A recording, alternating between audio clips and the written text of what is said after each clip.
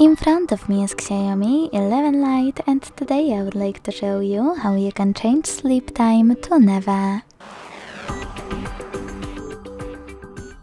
Begin by opening Play Store and downloading free app called Caffeine Keep Screen On. When it's ready, launch it. Then hit OK.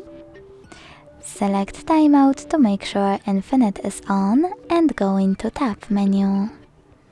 Now we need to edit it by clicking on this icon of a pen and a paper at the top right corner. Sorry, misclick.